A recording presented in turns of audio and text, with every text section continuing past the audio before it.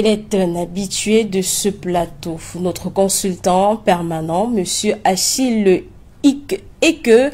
Voilà, je rappelle que vous êtes banquier et expert en haute finance. Monsieur Eke, c'est un plaisir de vous avoir cet après-midi dans le cadre de cette émission du Grand Débat économique. Bienvenue. Bon après-midi, Madame Mouto. Bon après-midi à tous les Africains.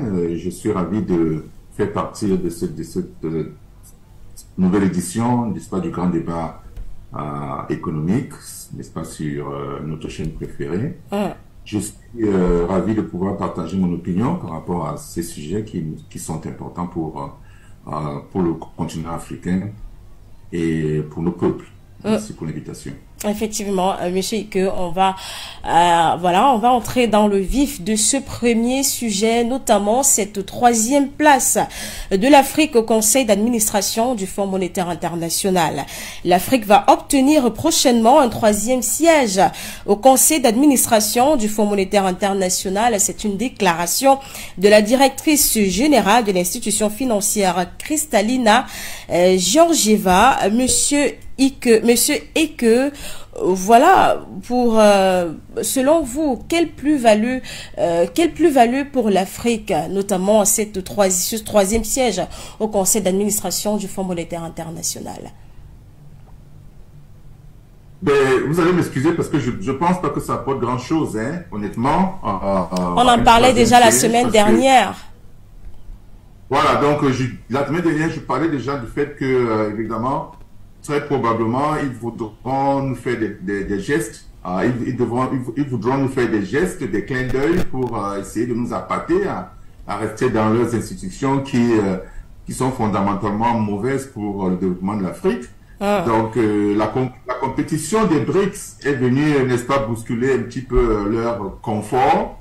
Et on note donc effectivement que c'est un branle-bas. On essaie de voir comment on peut garder, n'est-ce pas, toute l'Afrique dans l'escarcelle, n'est-ce pas, occidentale, en maintenant les Africains dans la même situation avec des petits saupoudrages ici et là, tendant à montrer que évidemment on est à l'écoute de l'Afrique. Non, écoutez, nous ne sommes plus naïfs. Je pense que les Africains, les peuples africains ont compris, n'est-ce pas, le jeu n'est-ce pas, de ces pays occidentaux et comprennent qu'effectivement, il ne faut plus n'est-ce pas, se ravir n'est-ce pas, d'une petite position qu'on vous a donnée, que ce soit dans le G20 où ils admettent l'Afrique aujourd'hui, que ce soit, n'est-ce pas, une position au conseil d'administration du FMI. Il faut déjà comprendre, quand on le dit, il faut comprendre comment ce Fonds monétaire international fonctionne. Vous savez, les membres du Fonds monétaire international, ce sont des gens qui ont c'est-à-dire que leur droit de vote est fonction de leur puissance économique. Vous voyez, c'est-à-dire que les pays les plus puissants ont le droit de vote les plus forts. Alors, quand on regarde cela, on voit que les États-Unis, qui ont le PIB le plus puissant dans le monde, n'est-ce pas, ont 16, près de 17% de voix. N'est-ce pas, n'est-ce pas, donc et les autres pays sont dans les 3, les 4, les 5% pour les pays européens et l'Afrique pratiquement nulle. Donc, je ne sais pas à quoi ça va servir un siège au conseil d'administration, puisque les sièges au conseil d'administration sont en fonction, n'est-ce pas, de votre PIB, c'est-à-dire que le quota de voix, ou bien le poids de votre vote, la décision du FMI fonction, n'est-ce pas, ce poids est fonction de votre PIB. Alors, étant donné que le PIB des pays africains est très faible, vraiment c'est insignifiant qu'on nous donne une place au conseil d'administration, que ce soit du FMI ou de la Banque mondiale. Absolument, je pense que c'est de la poudre aux yeux et il fallait s'y attendre de toutes les façons. Ils parlent également de changer l'architecture, n'est-ce pas, mondiale.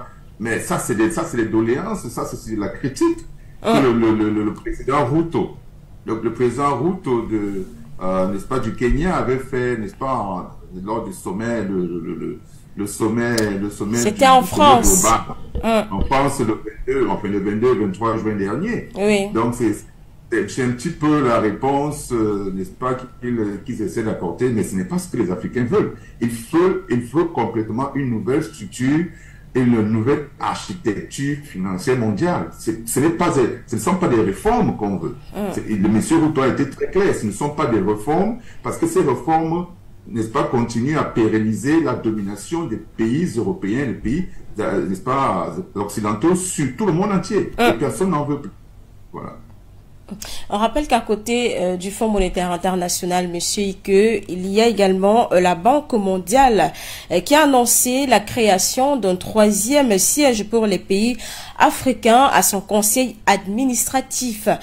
Comment interprétez-vous cette démarche des institutions de Bretton Woods dans un contexte où leur efficacité est de plus en plus remise en cause, Monsieur Ike? Mais ce sont des cousins, enfin, ce sont des frères. Hein. La Banque mondiale, le FMI, c'est... Si vous êtes à Washington, vous allez à la Banque mondiale, le FMI, c'est l'immeuble d'à côté. Hein. C'est pas...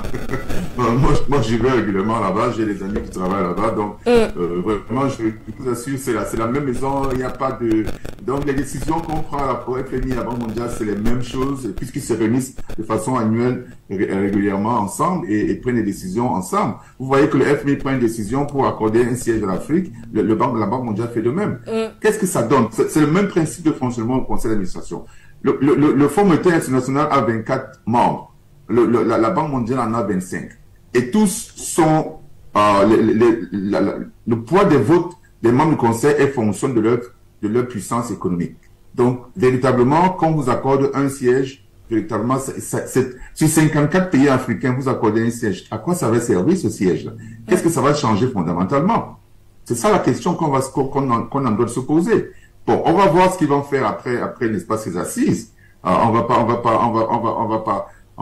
n'est-ce pas, refuser, n'est-ce pas, n'est-ce pas, ce qu'ils vont essayer de nous apporter. Mais je pense qu'il faut pas espérer grand-chose. Ce sont des organismes qui ont été créés pour servir les États-Unis qui ont été victorieux pendant la Deuxième Guerre mondiale. Ça a été créé pour soutenir, n'est-ce pas, la puissance financière, la domination américaine sur le monde entier. Voilà, c'est simplement ça. Et c'est pas du jour au lendemain qu'ils vont changer ça, parce que ça marche bien pour eux, ça fonctionne. Des petits gestes d'ici, n'est-ce pas, vraiment, moi, je pense que, bon, c'est pour amuser un petit peu la galerie, pour essayer de donner l'impression que ils écoutent les leaders africains, mais ils ne les écoutent pas. Une fois de plus, le président Ruto a été très ferme là-dessus. Il ne veut pas, et l'Afrique ne veut pas des réformes des institutions de Bretton Woods. Non, l'Afrique veut une nouvelle architecture mondiale, c'est-à-dire qu'il faut reconcevoir,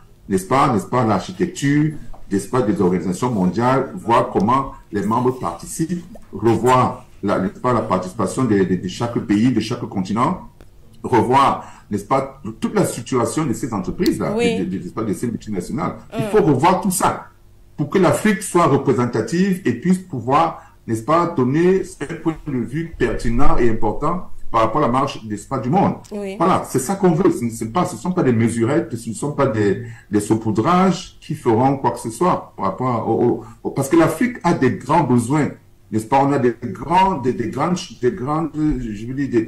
projets, effectivement, transcontinentaux qu'il faut mettre sur pied pour permettre, n'est-ce pas, à l'Afrique de créer les opportunités pour les peuples africains de se développer, n'est-ce pas, dans l'avenir. Et avec ce que la Banque mondiale et le Fonds monétaire font, vraiment, on n'est pas en droit de pouvoir espérer quoi que ce soit. Voilà, on rappelle que Didier Banga, qui a pris la présidence de la Banque mondiale, c'était en juin dernier, semble partager le constat d'un besoin de renouveau.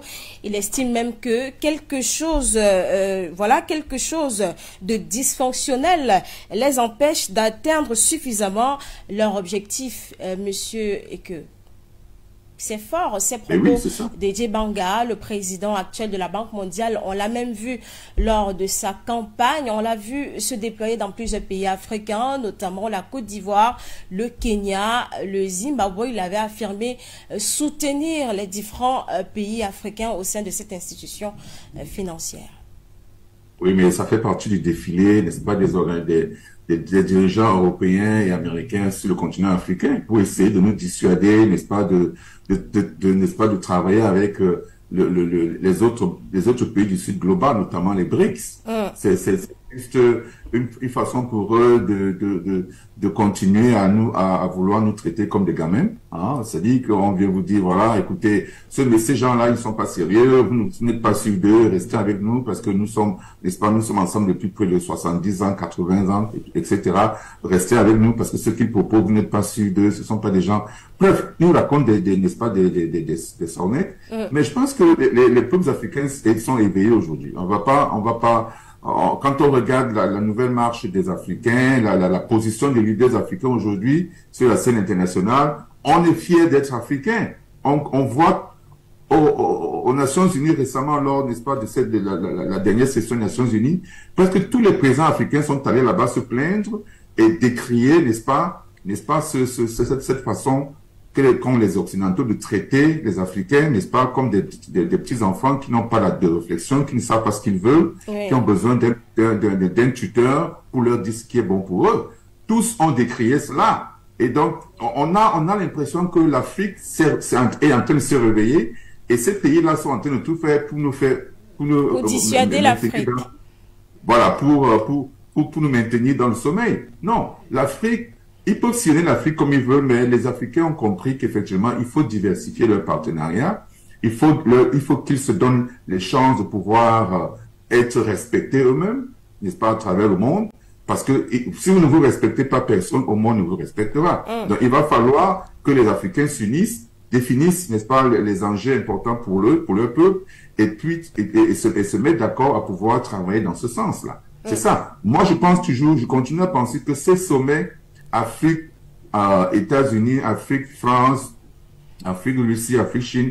Mais à mon avis, je pense qu'il faut arrêter avec ces choses-là. Il faut que les Africains travaillent d'abord entre eux et pour voir qu'est-ce qu'ils peuvent mettre ensemble, qu'est-ce qu'ils peuvent faire ensemble, sans l'intervention de ces pays extérieurs-là. Nous avons beaucoup de ressources. Booster l'économie africaine. Voilà.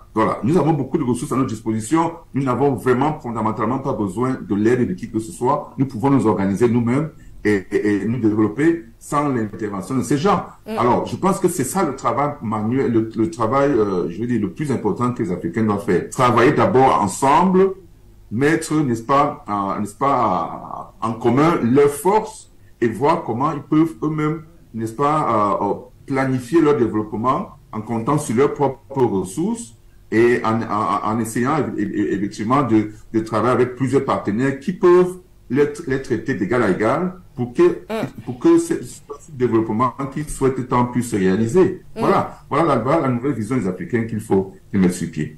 Voilà. Effectivement, peut-être pour sortir de cette thématique, monsieur, et qu'est-ce qui manque à ces pays africains de s'allier? Pourquoi on ne retrouve pas une synergie entre ces différents pays africains? Parce que c'est en se mettant ensemble qu'on va participer au développement économique de l'Afrique. Qu'est-ce qui manque? Oui, c'est effectivement, bon, c'est un processus, hein, vous savez, ce n'est pas du jour au lendemain qu'on va briser toutes les chaînes du colonialisme et du néocolonialisme aujourd'hui. Ils ont mis des chaînes à tous les carrefours, à tous les détours pour nous diviser, hein, c'est-à-dire que, n'est-ce pas, votre voisin n'est pas intéressant, votre voisin, méfiez-vous de votre voisin, méfiez-vous de, n'est-ce pas, c'est ça, ils nous divisent et donc, avec le réveil, n'est-ce pas, qu'on observe aujourd'hui, de plus en plus de pays comprennent l'importance de travailler ensemble. Bon, c'est un processus qui va aller crescendo, à mon avis, et c'est déjà bien qu'il y ait ce réveil qu'on observe sur le plan international des pays africains qui n'ont plus peur, n'est-ce pas, de dire ce qu'ils pensent aux Américains, aux Européens, etc. Ils n'ont plus cette peur-là. C'est déjà un grand pas. Et puis, il y a une nouvelle génération de leaders qui arrivent dans nos pays, qui n'ont pas vécu la colonisation, n'est-ce pas, et qui refusent cette néocolonisation aujourd'hui. Donc, je pense que ces nouveaux leaders qu'on voit en Afrique aujourd'hui, au Mali, n'est-ce pas, au Burkina, au Niger, en Centrafrique, voilà. Et puis, même les anciens présidents qui étaient pro-européens, pro-américains commencent à changer n'est-ce pas, de veste. Et ça se voit partout, un petit peu partout. Donc, ça montre qu'il y a un éveil de conscience en Afrique qui est sérieux et qui menace, n'est-ce pas, la quiétude des Occidentaux. Ce qui fait que, véritablement, on espère que, avec le temps, ils vont comprendre que, écoutez, c'est avec l'union, n'est-ce pas, des forces entre pays africains qu'ils vont parvenir à pouvoir s'imposer sur le plan international et puis faire fléchir, n'est-ce pas, ces institutions internationales qui sont vraiment destructeurs pour nos pays. Quand on pense au FMI, avec les programmes d'ajustement structurel, depuis plus de 40, 60 ans, tous ces pays africains ne décollent pas. Vous voyez, il y a le dollar, il y a la puissance du dollar, il y a le franc CFA, toutes ces monnaies qui siphonnent tous les efforts que nous fournissons pour des générations à venir. Donc, il faut qu'on se réunisse, qu'on essaie de faire une liste des écueils qui empêchent les Africains de pouvoir se développer et maintenant prendre des décisions souveraines et assumées, tout simplement. Voilà. Merci, monsieur, que nous fermons ce premier sujet. Juste derrière cette transition, on prendra le second sujet. Merci.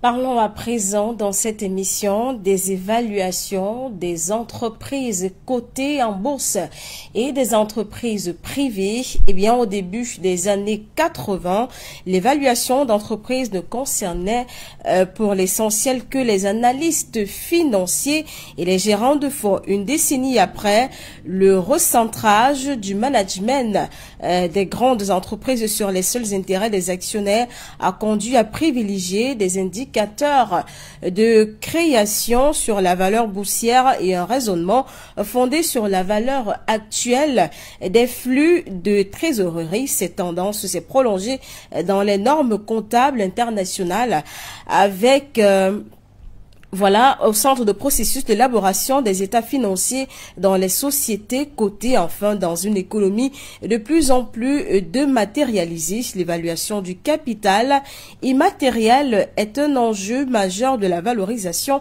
des entreprises, de l'estimation du potentiel de croissance, de la rentabilité à long terme. L'élargissement du champ d'application de l'évaluation s'est accompagné d'un débat sur les déterminants de valeur et la pertinence des différentes méthodes de mesure.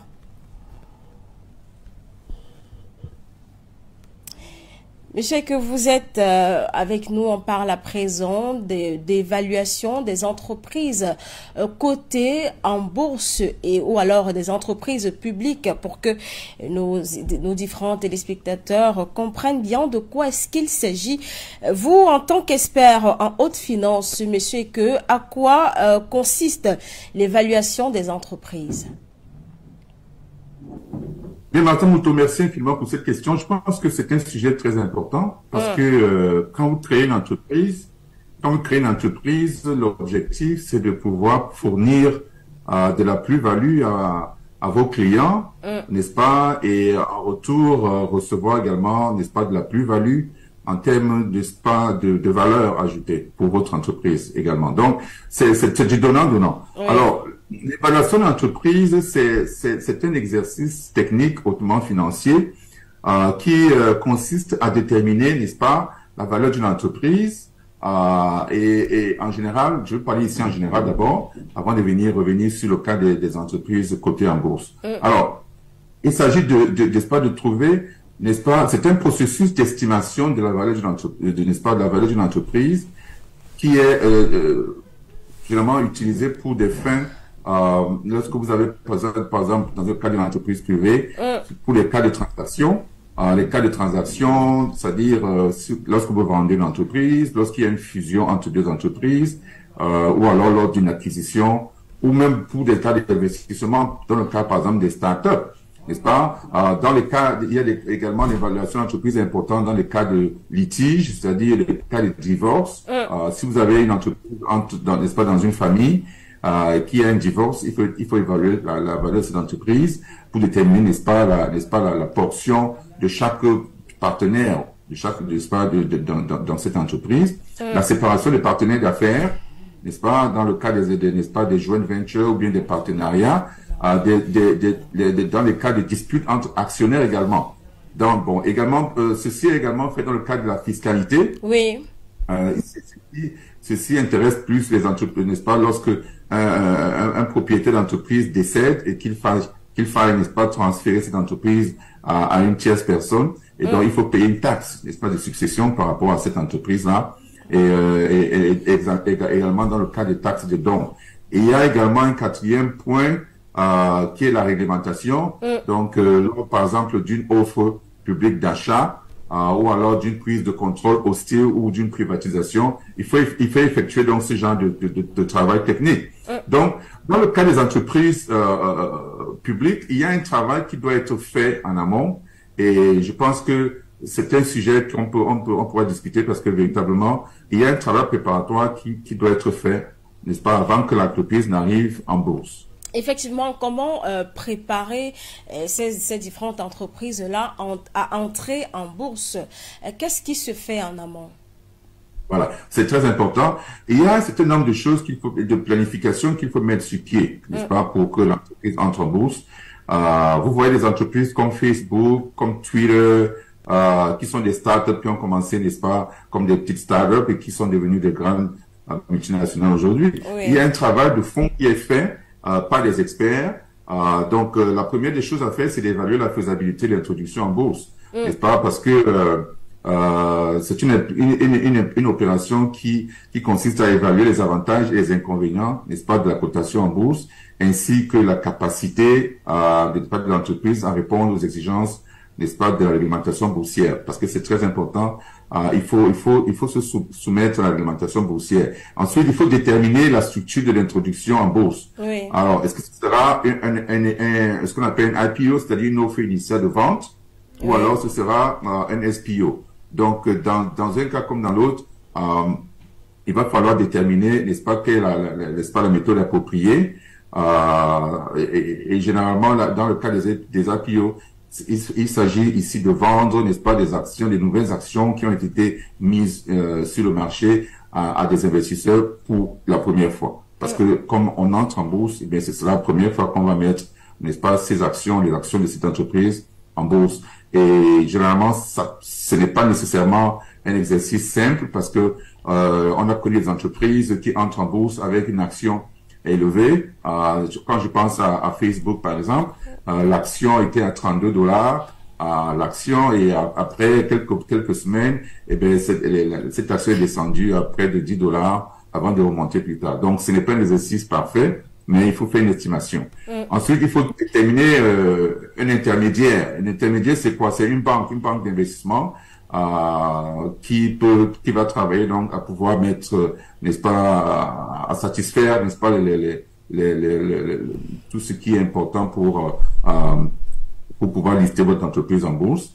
Donc, qui sont agréés par, n'est-ce pas, les organismes américains, dans le cas n'est-ce pas, de la bourse américaine, par exemple. Donc, ils sont agréés pour faire ce genre de travail.